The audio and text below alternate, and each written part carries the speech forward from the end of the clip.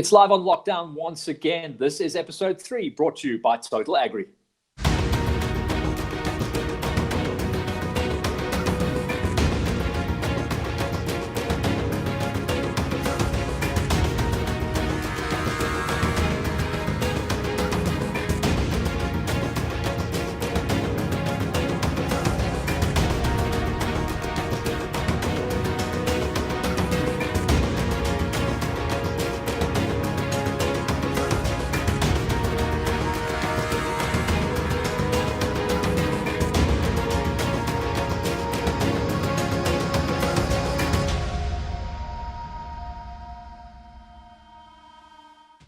Total Agri joins us once again as the proud sponsor of the Live on Lockdown initiative. This is round number 3, or as I like to say, episode number 3. Last week, we introduced you to Sandra Jonck. Now we get to talk to the man behind the woman behind the wheels. So this is going to be all about Jaco Jonck. Jaco, thanks for joining us on the show, and it's going to be an absolute pleasure to chat to you for the next few minutes and find out what's been going on for you. How's it, Matt? Nice to be talking to you as well. Yeah, man, it's been too long. Normally, we're chatting over a steaming hot cup of coffee at this time of year, out in the middle of a field at about 6 o'clock in the morning, with cars rumbling around. I'm sure you're missing it as badly as I am. No, I'm missing it so much. Can't wait to get back. Hopefully, it'll happen soon. So yeah, we'll just need to sit tight. What's the lockdown situation been like for you? I know obviously Sandra's been working at the coalface the whole way through. She actually sounds like she's been busier than a normal day. What's it been like on your side of the coin? Yeah, we've both been fairly busy. Myself, I'm not an essential service provider, but we do provide testing and so forth for other essential services. So we had some emergency work even on level 5, and basically from level 4 we've been operating sort of non-stop, and it's been quite busy because I think there are so many guys that are closed and non-operational. So we've even been working weekends, and yeah, so fairly good. I can't complain. Yeah, I think we had a conversation about how there's almost no timeline nowadays. One of the things that's happened in lockdown is 24 hours has become like a 32-hour day. Everyone's phoning each other in the middle of the night, and yeah, it's a weird working situation. Normality has gone way out the window. No, definitely separating work and separating your sort of home time and everything has just become blurred. Obviously the concept behind Live on Lockdown with Total Agri is to learn a little bit more about everyone behind the scenes, as well as what goes on with the cars, the sponsors and everything around the Total Agri brand. But we've been getting great feedback about the stories that Kutsia was telling and how much we learned about Sandra 2 weeks ago. So now it's the time to find out about Jaco, and I'm keen to find out as well about where it all began. So take us back to school days, brother. Well, I grew up in Durban, KZN, so I'm a KZN boykie.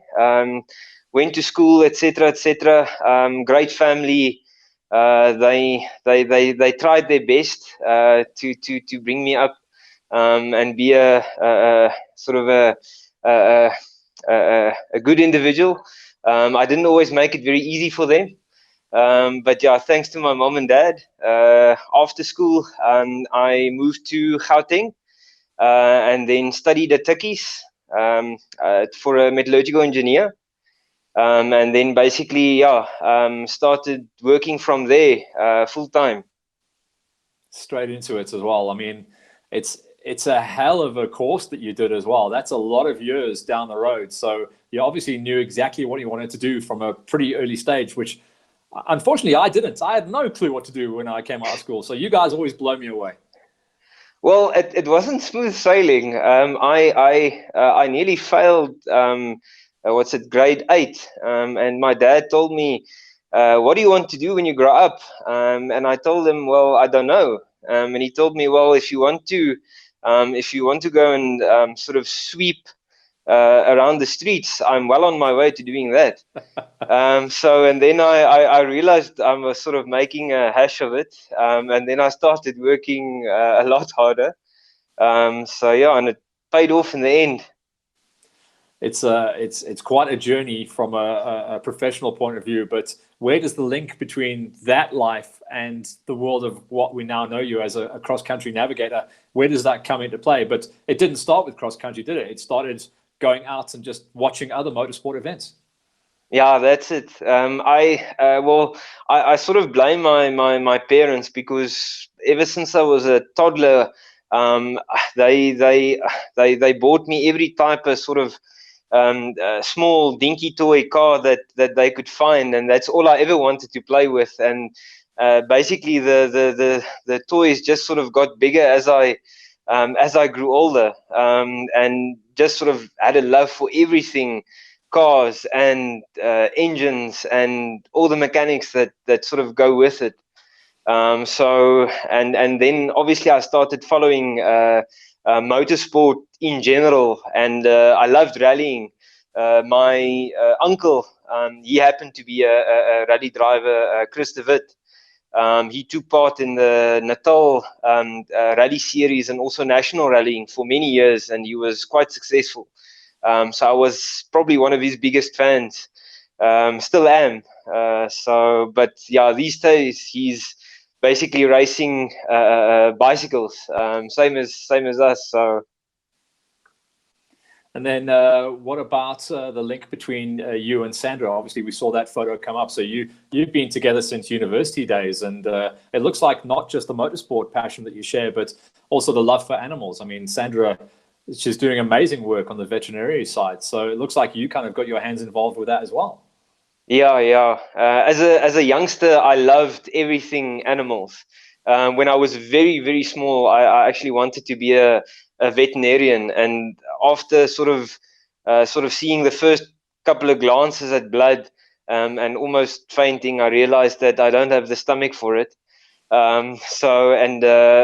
Yes, me and Sandra, we've been happily married now for 7 years. Uh, we knew each other for almost 10 years before we actually got married. We met at varsity, and then I sort of coaxed her into dating me.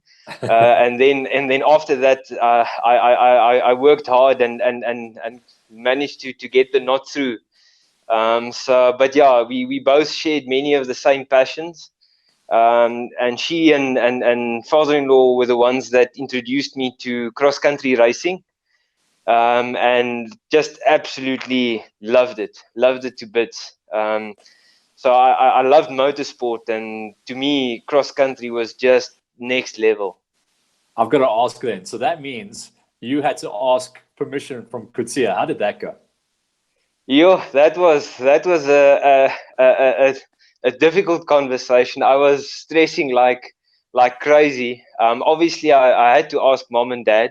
It was just the gentleman-like thing to do. It, the I arranged a dinner date, with mom and dad, where Sandra wasn't present, obviously, and then took them to sort of a really nice restaurant as best I knew how. The actual evening was probably one of the worst we've ever had.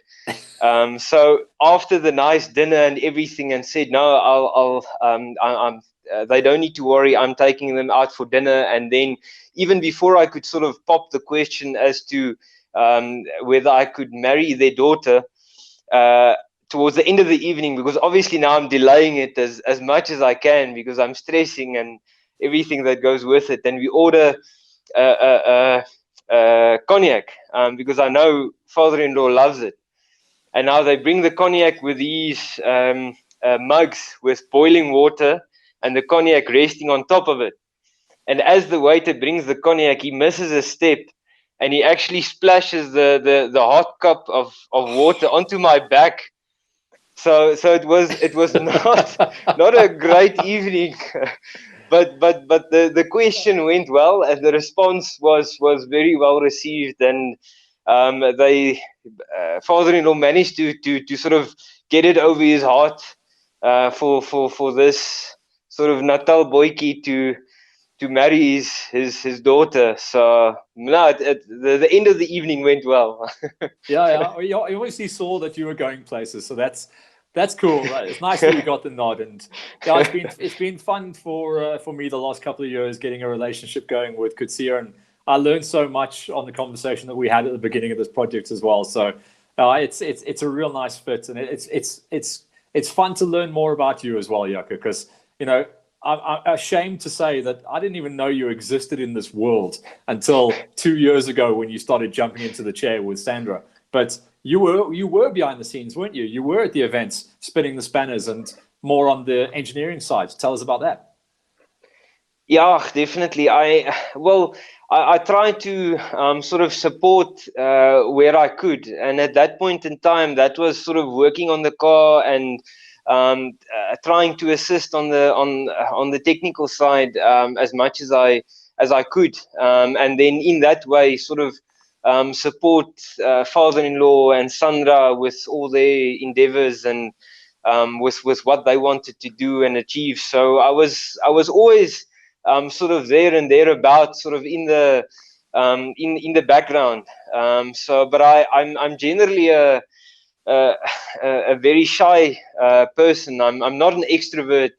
I'd say like Sandra and her dad. So I always sort of keep to myself, and I even to the day hate sort of any form of interview, including this one.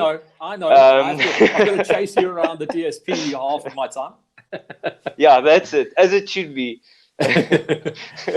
Tell me from the engineering and the feeling you get as well, because obviously racing and being in the car as a navigator or a driver, you get that instant feeling of you've achieved it.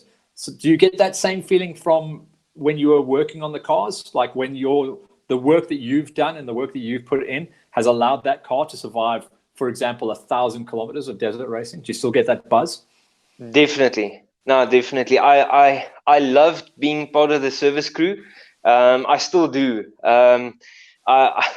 It's difficult to say sort of what aspects of it I like more or more or less.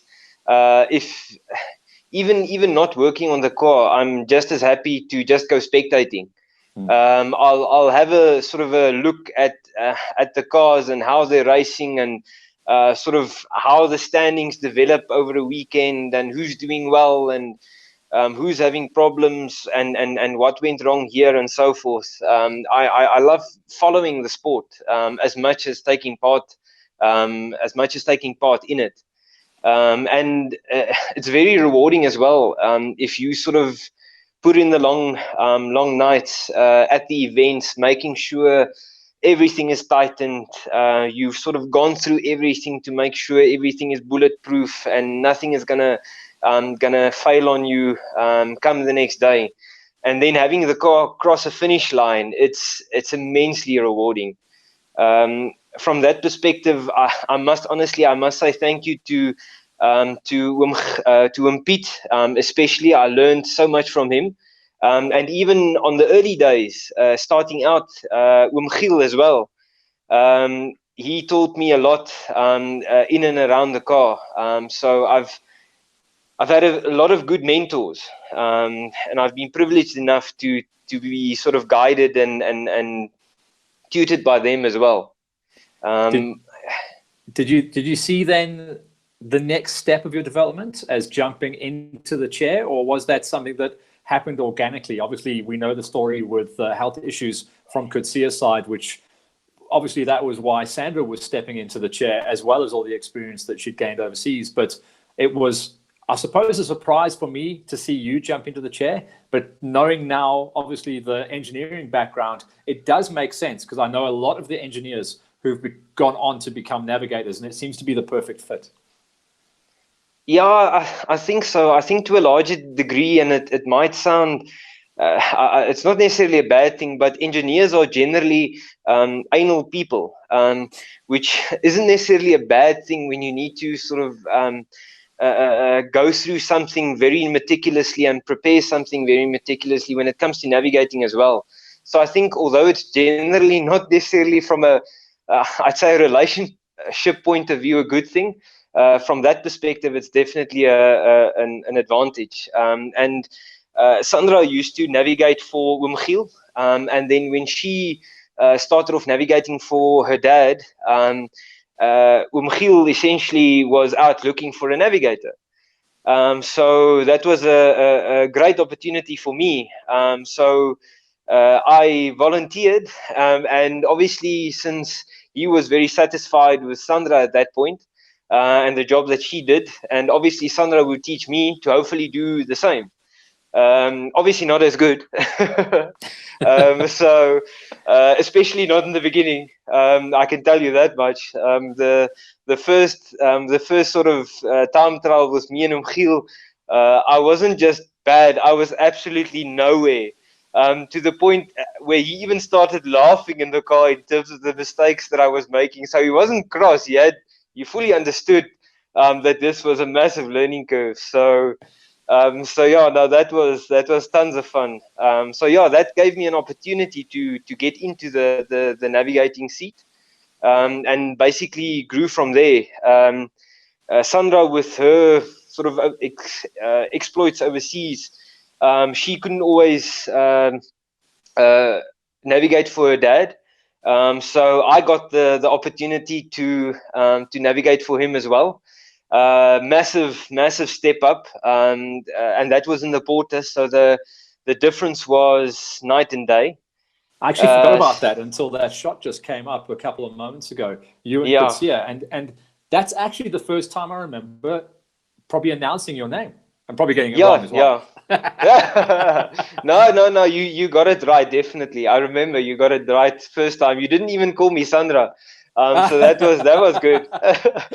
How But was yeah, that experience jumping into that? Well, you didn't know it then, but that was to become your car as well, essentially. Yeah, no, it essentially it would have become the car in the end.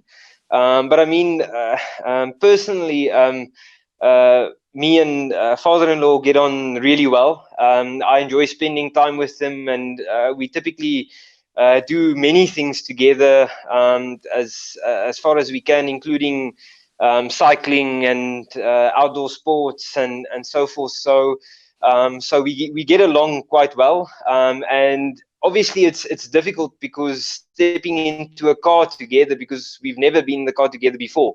I think apart from a Barbaspan time trial when Sandra couldn't make it, so you're never quite sure what's going to happen, and we happened to get along well, and things went quite well. We finished I think second or third in the time trial.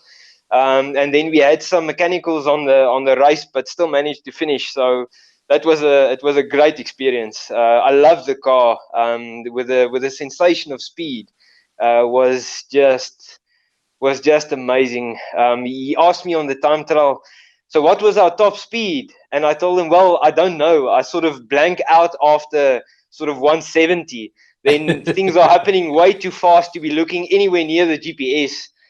Then I'm looking on the road book and the Odo. So that actually brings us to the next point that I wanted to touch upon, and it's we did speak a little bit about it with Sandra, but obviously the focus was on more of her driving. But I'll ask some navigation questions. So, how busy are you in the car? I mean, it's a loaded question because I do kind of know the answer to this, although I've never done it myself personally. But I see how much equipment you have to work with. It's not the notebook alone, is it? I mean, you've got the Odo, you've got the GPS, you've got the Screamer, you've got so much going on in the car. Tell me about that sensation for you, and then tell me about what it's like driving with your wife on the wheel.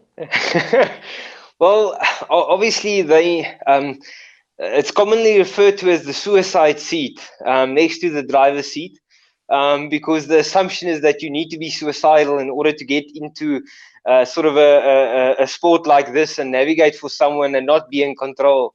But generally speaking, inside the car, even though you're not working that hard physically like the driver, you, in terms of concentration and workload, you're actually very busy, because in addition to sort of all the prep work that you do ahead of the race, in terms of reading through all the documentation, preparing documentation, looking at the rules and regulations, and then obviously marking up your route book and so forth, which is a lot harder in an open vehicle as well, because you can't just sort of bind something and go with it. The first mud splash, that's all you're going to see is mud for the rest of the event. So you need to make everything waterproof and make it sturdy so that it doesn't blow around in the wind and all of that type of problems. So, but in the car itself, I mean, you're watching your route book, reading out your instructions as you go along. You're monitoring your odo so that you're able to read off your distances. You're keeping an eye on the GPS to make sure that you don't go off course. It's critical in terms of the instructions, so they actually read them as meticulously as possible, because the difference between going through a gate and turning before the gate is anything, and turning around and then needing to go back to the same gate once you've gotten it wrong is many seconds. So it's important to keep that right. In addition to that, you're focusing on your rally safe for upcoming obstructions. If there's someone broken down in the middle of the road, if there's any warnings of someone that has rolled or whatever the case may be on the rally safe. So if there's anything that goes wrong in the car, let's say an intercom starts working, it's your job to fix it. Yeah, so I've seen. I mean, I'll take you back to the beginning of last year, and every single interview I did with Sandra, there was something broken. Like you had that year. Everyone has that year, and yeah. I'm sure it's painful to talk about it now, but literally every single time you guys got in the car, there were problems, and it was a painful season, wasn't it? It hurts, and it must have knocked your confidence, both of you, because, like you said, you either lost comms, or you lost brakes, or you lost. It was just one of those seasons, wasn't it? Yeah, the first season, especially the first race, was. Yeah, I can't even begin to tell you how difficult that was. The fact that we managed to finish was just sort of partially determination and partially just dumb luck. We had changed so much on the car, and we've tried to do as much testing as we could, but you can never do enough testing. So literally the grocery list of things that went wrong on the car on that first event was almost endless. We didn't finish with I'd almost say that much that was still working on the car, despite our best efforts. But we lost the roof, we lost intercom, we got stuck. We I think we developed a misfire. We lost brakes. No, it was probably one of the most difficult races that I've ever had. I got out of the car. If I recall, Jaco, sorry to interrupt. Was that the really, really wet Dahlstrom one as well? Like it was yes, that race. That was the really, really wet Dahlstrom one. We finished with the buffs and some of our sling cords inside the car that held the roof together. Because everything else had broken that we tried to attach to it, cable ties, and we started running out of things to attach to it.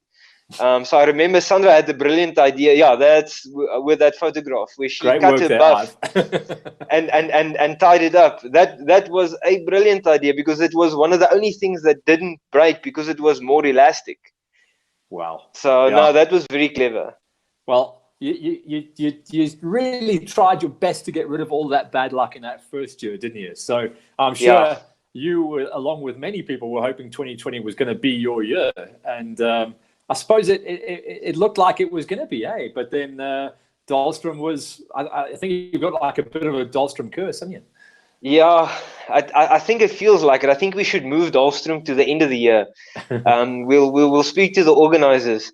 But it doesn't seem like we can get a clean run at Dahlstrom. Things went a lot better around this time. I think the conditions were even worse than they were the year before. It was as wet, but I think it was colder. It was really cold this time. Yeah, it was definitely, it was colder, and I think if you've got sort of full out rain, it makes it slightly better, but that mist makes it even worse. And it's the problem isn't the conditions in terms of the mud. It's literally just seeing where you're going. Yeah. Is a challenge from start to finish, because you literally, your pace is dictated by what you can or cannot see. Tell us then, as we go forward into the next segment, about I suppose it's the key point of this conversation here, and the key element of episode 3, chatting to you. And that's how the marriage works in the car. I mean, there's a shot of me chatting to you there in the pits, and I know I kind of have to drag you kicking and screaming in front of the camera, but it is part of the job, isn't it? So, but tell me more about how the actual relationship starts in the car. Does the day start comfortable and start to get a little bit tense as it goes on? Well, the golden rule is to have a divorce lawyer on standby. Okay. No, I'm just joking. I'm just Is that joking. is that on a satellite phone then, where we go racing, of course? No. I'll have to change my tune on that. I like sleeping in the bed and not next to the bed. No, no. To be honest, I, I think it starts with the marriage as well. I love Sandra to bits. She is my everything, and I think for the both of us, we trust each other in general, and I think that sort of love and trust spills over to when we go racing as well, and I think that gives us an incredible benefit compared to many other teams that sort of have to build it up over time. Obviously, given your sort of racing situation, it's not always easy, and it can be very difficult. But we always manage to do it sort of with the best of spirit, with a smile on our face and with an understanding for one another. Because I think when we get into the car, even if Sandra makes a mistake, or even if I make a mistake, I know she's trying the best she can, and she knows I'm trying the best I can. And it's not a question of if you're going to make a mistake; it's a question of when. So I think we both sort of have an appreciation for that. And when we're in the car, although we have a lot of fun, we try and keep it sort of as professional as possible, and we try and coach and support each other as much as we can. And I think that's a big that's sort of the secret of it. I've got a big appreciation for Sandra. I think she is extremely talented, and I think that'll develop sort of with the time that's yet to come. So I love that I've got a sort of a ringside seat to see that happen. So yeah, just loving it. Yeah, no, I love watching you guys as the couple at the race as well. And then, funny enough, there are actually quite a few man and wife couples that actually race with us or have raced with us through the years. And you're right, it does work. It flat out does work. And I love to see that synergy between man and wife. And I think a show like this is probably the first time that you actually get to speak about what actually goes down in the car. I'm sure everyone thinks you guys fight like cat and dog, but you can see it's actually calm in the car. You can see it. Yeah, no, we generally we get along within the car like a house on fire. The amount of times that we've even have a disagreement, I can count on my one hand. So yeah, we generally we work really well within the car. And then Jaco, as far as the pecking order goes, and that's for repairs on the car where you're out there on the tracks. I know a couple of the international guys, I won't name any names, by the way, a couple of them don't like to get out of the driver's seat. So it tends to come down to the Navigator to jump out. I don't think that's how it works with you guys. I think it's an even split, eh? Yeah, definitely. That's not how it works in our car. I think I'm probably spoiled because Sandra still has some of the navigating sort of background drilled into her. So in terms of pecking order, I'm still the first to get out of the car, as I should. And I'll start changing tires or fixing whatever needs to be fixed. But she has no hesitation to get out of the car. So which helps. It makes you solve whatever problem there is or replace a flat that much quicker. So that you can get back onto the road. And she often has very clever ideas as well when things go wrong. So she's not just a pretty face. No. She's got the skills to pay the bills for sure.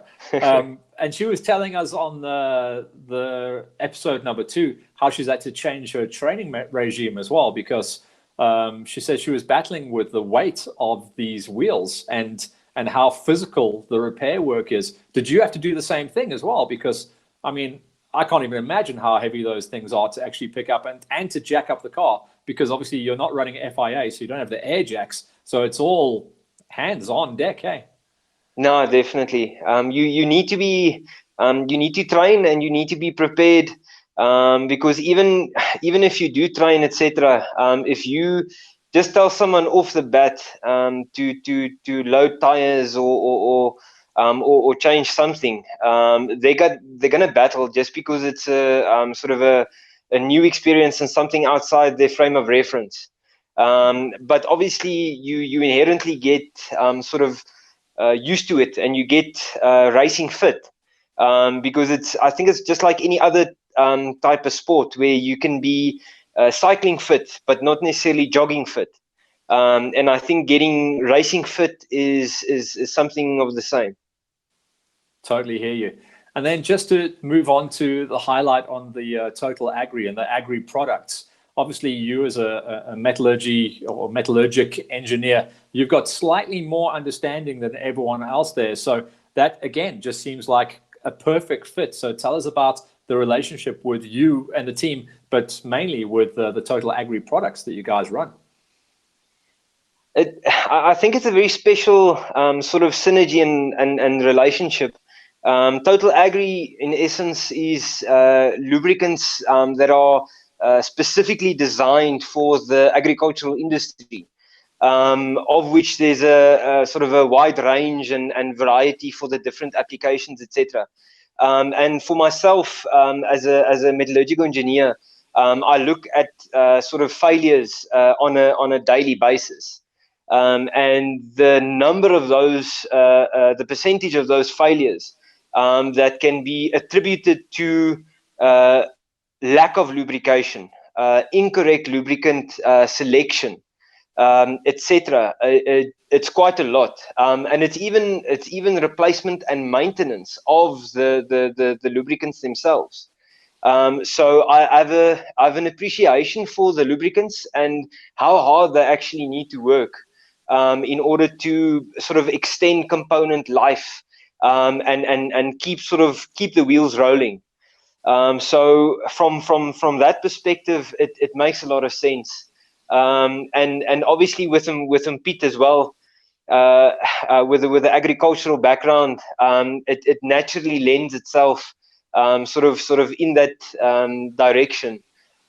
From Total Agri, I think it's a brilliant initiative from their side, to have a sort of a product line specifically dedicated to these sort of equipment and components, etc. Because a lot of people don't realize it, but agricultural equipment isn't what it used to be. It's not sort of just anything goes, and anything will be fine in terms of lubricants, as it was many years ago. The equipment is sort of more high tech than the most advanced vehicles that are driving on the road. So your lubricants that you need, they need to be even more sophisticated in that regard. So I think Total has been very clever in that regard, seeing that need and sort of addressing it. So yeah, hats off to them. Yeah, also the amount of investment that the farmers in the agricultural trade are putting in. I mean, you look at the price of a tractor, these guys aren't playing around, man. No, definitely. With the amount of money that's involved, I mean, you don't want to use sort of second-grade lubricants that are going to end up costing you more money on maintenance and replacements in the long term. So it's very important to have a good quality product to make sure that you save money wherever you can, because I mean the agricultural sector isn't different to any other. You need to save money and sort of drive your bottom line to make yourself successful and sustainable. Do you also find, as Coetzee was actually heading towards when we chatted to him, that because you guys run the Total Agri colors, and because of where we go racing when we travel around the country, that you pick up a little bit of extra support from the farming community, and maybe those guys are really looking to you to maybe offer advice, and they definitely wear and wave the Total Agri flag more than they used to, put it that way. Definitely, we get a lot of support from the farming community, and we're definitely very grateful in that regard. From Total, they have managed to send us for lubricant training and so forth, because obviously even if you've got a fair sort of background in terms of lubrication and so forth, you need specialized training to really be able to sort of dispense advice, even on a basic scale. So with that in mind, they have equipped us to be able to sort of help the farming community as well, in terms of dispensing advice with regard to lubricants that will work well, and is specifically suited to their equipment that they have. So we're very grateful for Total for that opportunity as well. Yeah. Jaco, it's been fantastic to talk to you. Thank you so much for joining us on the show. I think I've learned a hell of a lot more about you as the man behind the car, behind the wound, as we say. But it's been great to learn about your approach and the way that you view the synergy between normal life, married life, and racing life. So thank you for your time, and I hope you've enjoyed being with us on the show. No, thanks a lot for the opportunity, Matt. It's always fun to talk to you. Now that the interview is over, now I can go back into hiding behind the car. You do that, but remember, we're going racing soon, so I'm going to catch you. I'll catch you. Thanks a lot, Matt. Thank you, Jaco. And thanks to all of our viewers. We'll get ourselves ready for our final episode, which will be in 2 weeks' time, where we'll catch up with Vili, and that is going to be from representing the Total Agri brand. Hope you enjoyed the show, and we'll see you in 2 weeks' time.